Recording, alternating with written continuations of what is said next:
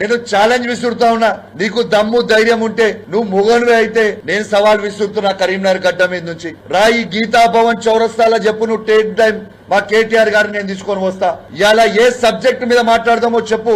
ఇలా ఉట్టిగా మమ్మమ్మ తెత్తే పెబ్బెబ్బే కాదు. బండి సంజయ్ గారు, నీకు దమ్ముంటే సబ్జెక్ట్ మీద చర్చ పెడదాం దా.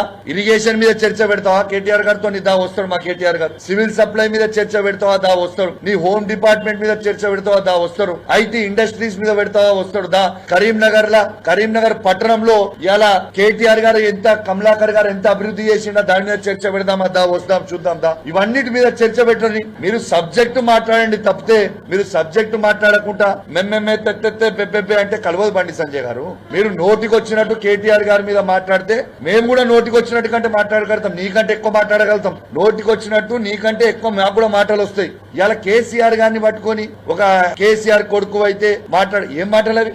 మాకు అన్నిక రాదా?